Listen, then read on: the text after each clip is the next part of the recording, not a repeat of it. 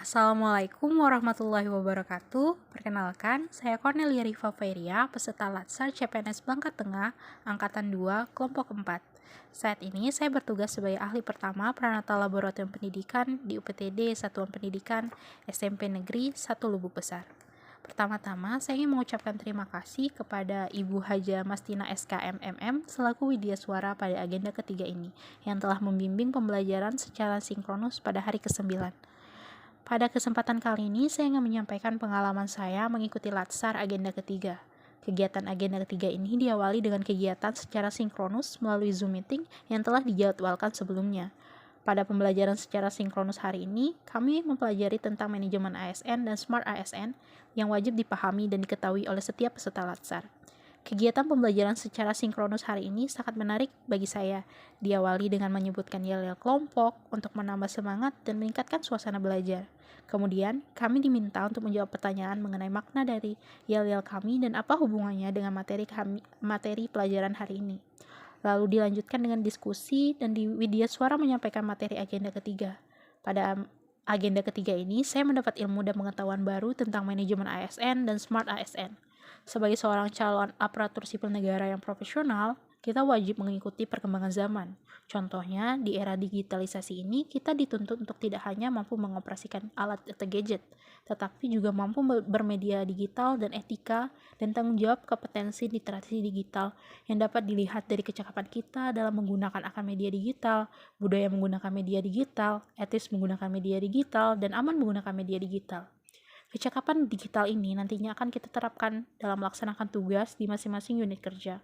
Selanjutnya, kita juga harus memahami mengenai kedudukan dan peran, hak dan kewajiban, serta kode etik sebagai seorang calon aparatur sipil negara.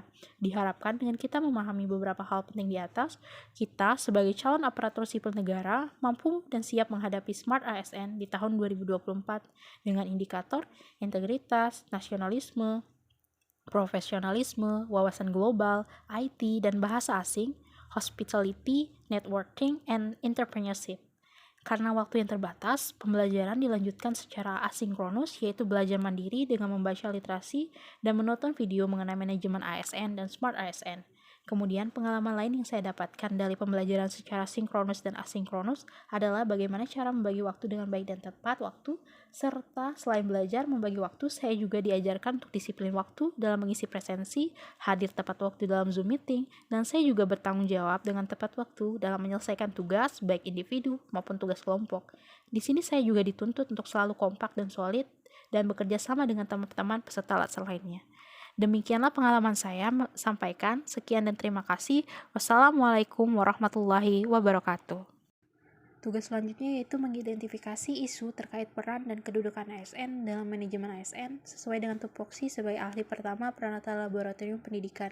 Sebelum kita masuk ke identifikasi isu, ada baiknya kita mengetahui pengertian dari identifikasi isu, manajemen ASN, kedudukan ASN, dan tupoksi sebagai ahli Pranata Laboratorium Pendidikan.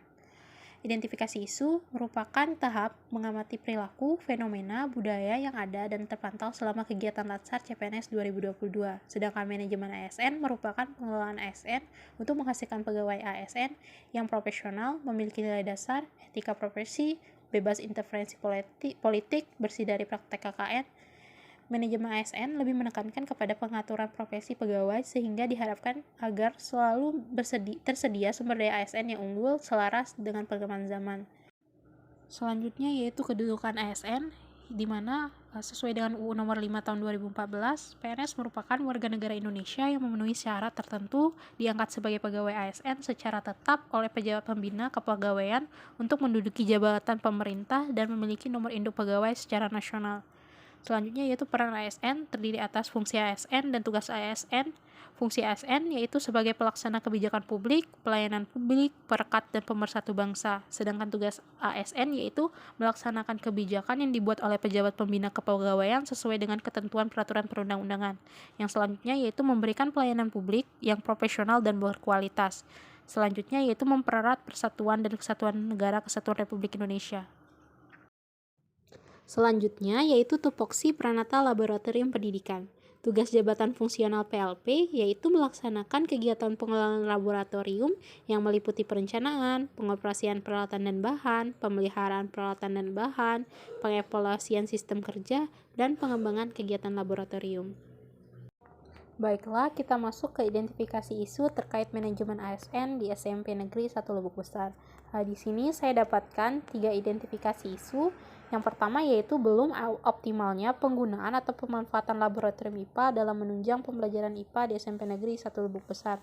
Hal ini diakibatkan karena waktu praktikum dan minat siswa terhadap praktikum sangat rendah dan berakibat pada rendahnya kemampuan berpikir kritis siswa, kreativitas, dan kemampuan sains siswa. Masalah yang kedua yaitu belum adanya administrasi laboratorium IPA di SMP Negeri 1 Lubuk Besar seperti inventaris alat dan bahan, program kerja laboratorium, dan model praktikum.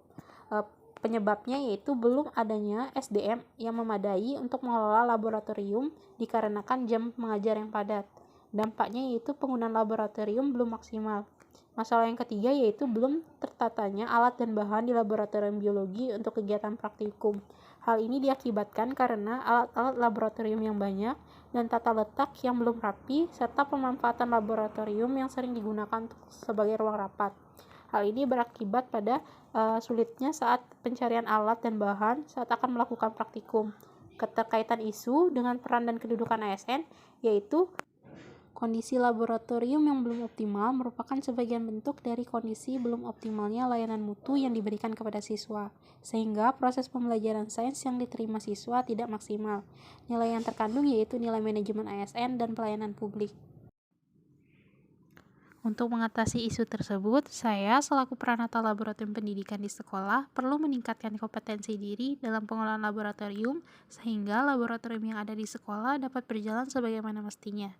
Sekian presentasi dari saya. Akhir kata, wabillahi taufiq wal hidayah. Wassalamualaikum warahmatullahi wabarakatuh. Terima kasih.